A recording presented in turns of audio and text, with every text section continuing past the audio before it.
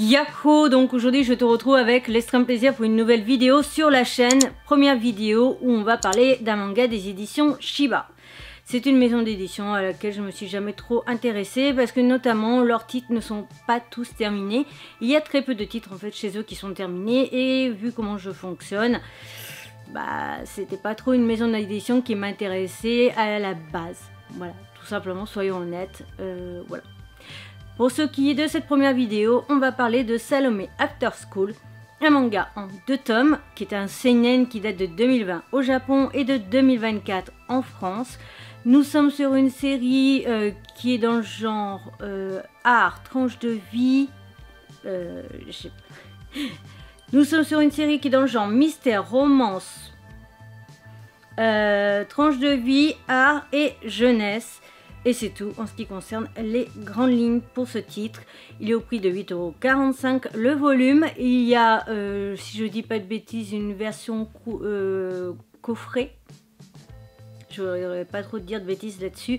Et surtout, nous sommes sur une série qui est H conseillée. Je te mets l'âge ici parce que sur Notijon, quand j'ai pris la capture d'écran, je n'avais pas l'information. On attaque tout de suite avec le résumé. Renji est un brillant élève d'un lycée de beaux-arts, voit son amour-propre bafoué suite à l'apparition de Naomi, une élève au talent artistique brut. Suite à la proposition de sa camarade de classe, Renji va assister Naomi dans ses créations artistiques tous les jours après les cours.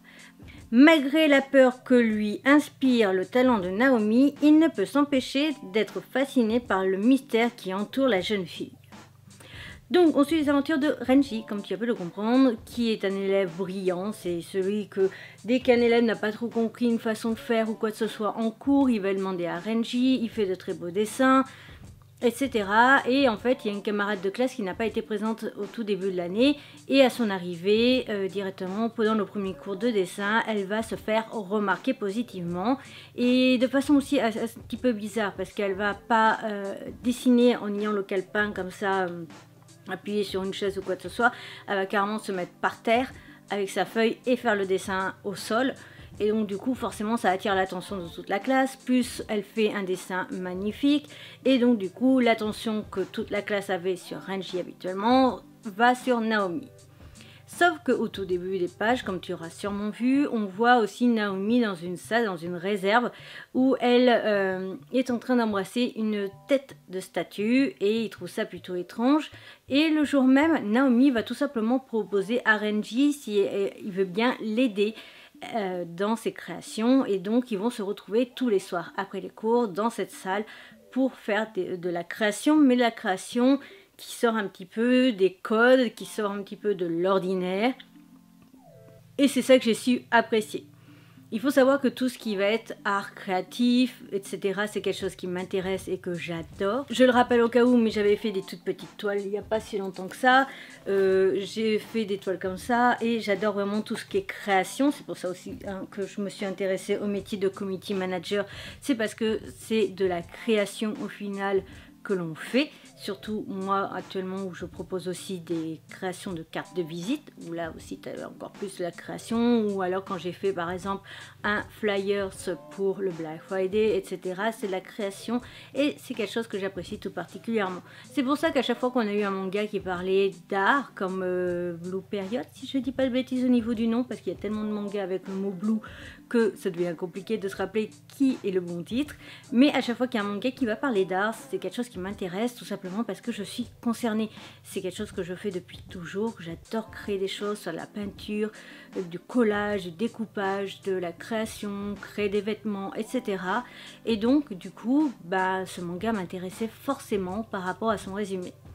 Pour ce qui est de l'histoire, je l'ai trouvé plutôt sympa et assez agréable. On développe bien les 2 personnages clés de la série, par contre on ne va développer que ces 2-là. Un tout petit peu à droite à gauche les autres, mais pas tant que ça. Donc ne t'attends pas à découvrir un petit peu plus l'univers des décors ou la façon de penser, etc. des autres personnages, parce que ce n'est pas le cas qui sera présenté dans cette œuvre. En même temps, on est vraiment sur un titre en 2 tomes, donc on ne pouvait pas faire mieux.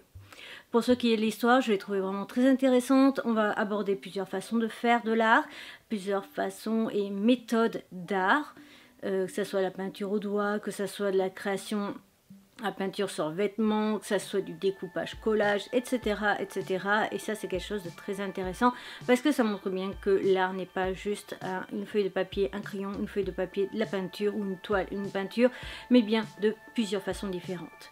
Pour ce qui est de ce titre, je te dirais tout simplement que je l'ai surkiffé. J'ai absolument aimé toutes les pages, j'ai adoré l'histoire et la façon dont elle a été construite et aboutie, et donc j'ai eu juste un méga coup de cœur pour cette série. Je peux pas dire giga parce qu'il aurait fallu quelques petits détails en plus, que potentiellement que les volumes soient légèrement plus gros pour pouvoir mieux aborder certains détails ou choses, mais déjà un méga coup de cœur pour une série à laquelle je ne m'attendais pas du tout de lire.